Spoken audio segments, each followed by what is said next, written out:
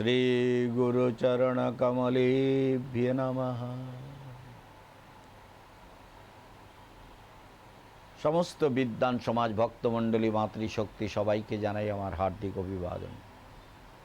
सबको मेरा हार्दिक अभिवादन है। जगन्नाथ जी के बारे में आप सब सुन रहे थे। भगवान जगन्नाथ जिसके बारे में हम बोल रहे थे, कदाचित् कालिंदी तटो, कालिंदी कलिंद नंदिनी तट पर, कलिंद सूर्य का एक नाम है और सूर्य के कन्या वो कालिंदी है, माने जमुना जी है। जमुना जी के तट पर जो बंसी का वादन करते हैं, मुरली मधुरम,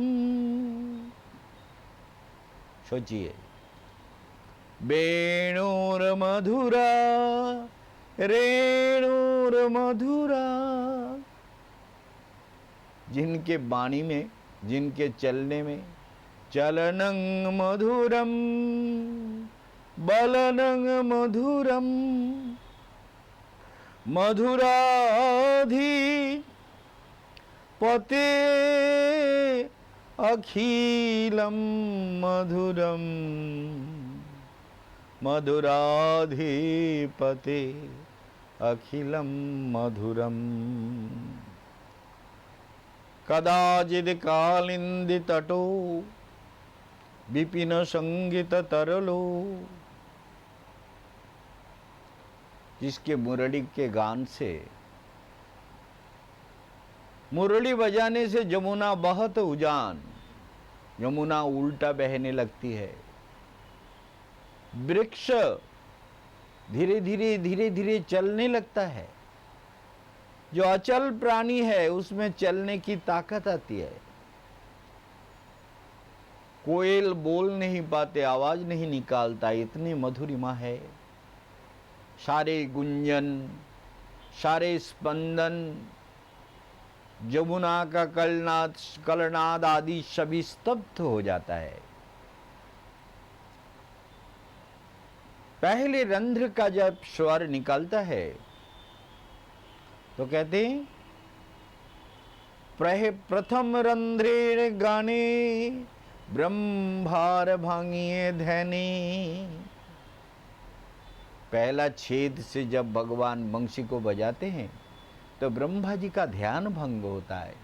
कहाँ से इतना मधुर शब्द आता है। शिव जी तो स्वयं कैलाश छोड़ करके भाग के वृंदावन में आए, जहाँ रास मंच है उसमें प्रवेश करने की कोशिश करने लगे। एक तो उनको तो प्रवेश करने का मौका नहीं मिला। गोपियों ने कहा, नहीं, यहाँ कृष्ण के बिना कोई पुरुष प्रवेश नहीं कर सकता। तो महादेव जमुना जी में डूब के प्राण देने के लिए चले गए कि जमुना जी में डुबकी लगाएंगे और वहाँ समाधि लगा के प्राण छोड़ देंगे। बहुत दुखी हुए, आँखों से विरह आंसू बह रहा था, मन बहुत दुखी हो रहा था। मुरली बदन का दर्शन नहीं होगा, बंशी बदन मुरली मनोहर कृष्ण का मधुर रूप का दर्शन नहीं होगा। हाय, मेरा जीवन व्यर्थ हो गया। तो मुरली मनोहर कृष्ण को दर्शन किए बिना मेरा जीवन तो बेकार है।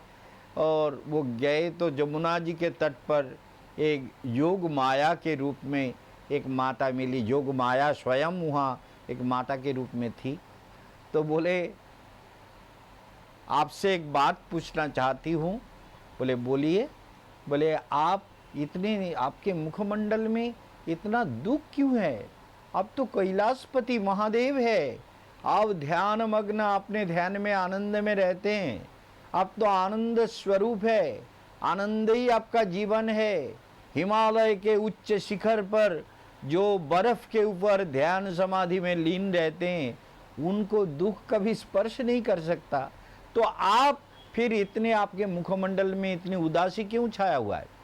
बोले, देवी बोलो मत, मैं जमुना जी में प्राण त्यागना चाहता हूँ। प्राण त्यागना चाहते हैं?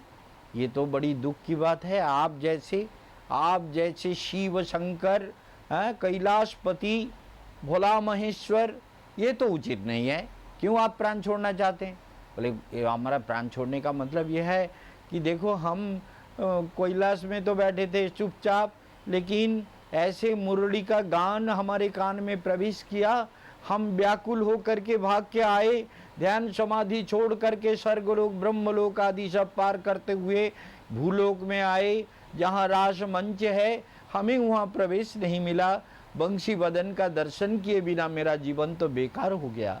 इसलिए देवी हम इस जीवन को त्याग देना चाहते हैं, हमें कुछ संसारिक और कोई वस्तु नहीं चाहिए, हमें दर्शन नहीं मिला।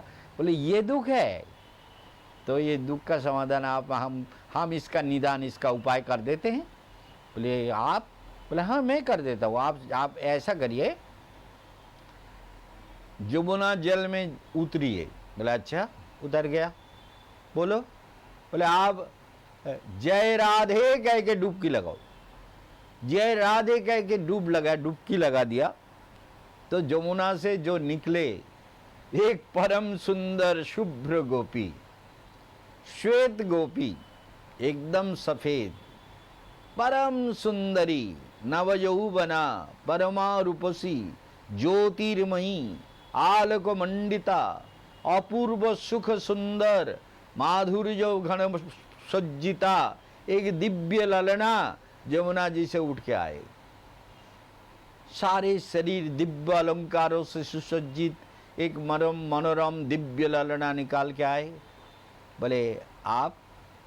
बोले क्या? बोले आप जाओ, रास मंच में कोई नहीं रोकेगा, तुम वो रूप में नहीं हो, अभी तुम गोपी बन गए हो, राधा रानी के दासी बन गए, चलो।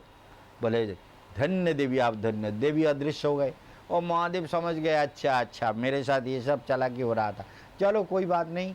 रास मंच में गए, तो ये जो रास मंच है, ये जो धीर समीर है, ये जो जमुना पुलिन है, वहाँ पर जो मुरली गान, जिसका मुरली गान, मुरली का धुन, मुरली का मधुर शब्द जहाँ ध्वनित होता है, उस मधुर शब्द से वहाँ के आकाश बातास वृक्ष लता पशु पक्षी सब आनंदित होकर के ध्यान मग्न हो जाते हैं। ऐसे जो आनंद रसराज ब्रज के कृष्ण, मुदा भिरिनारी बदन कमल स्वाद मधुपो, ब्रज गोपियों की सुंदरताओं में घिरे हुए मुरली तान के द्वारा सारे प्रकृति के सारे छंद को स्तब्ध किए हुए वो आनंद रसराज भगवान प्रकृति में प्राण का संचार करते हैं मुरली गान के द्वारा। जिसका प्राण कृष्ण में समर्पित है, उसके कान में मुरली का तान प्रवेश करता है, और वो हा राधे हा कृष्ण कहते कहते रास मंच में पहुंच जाता है।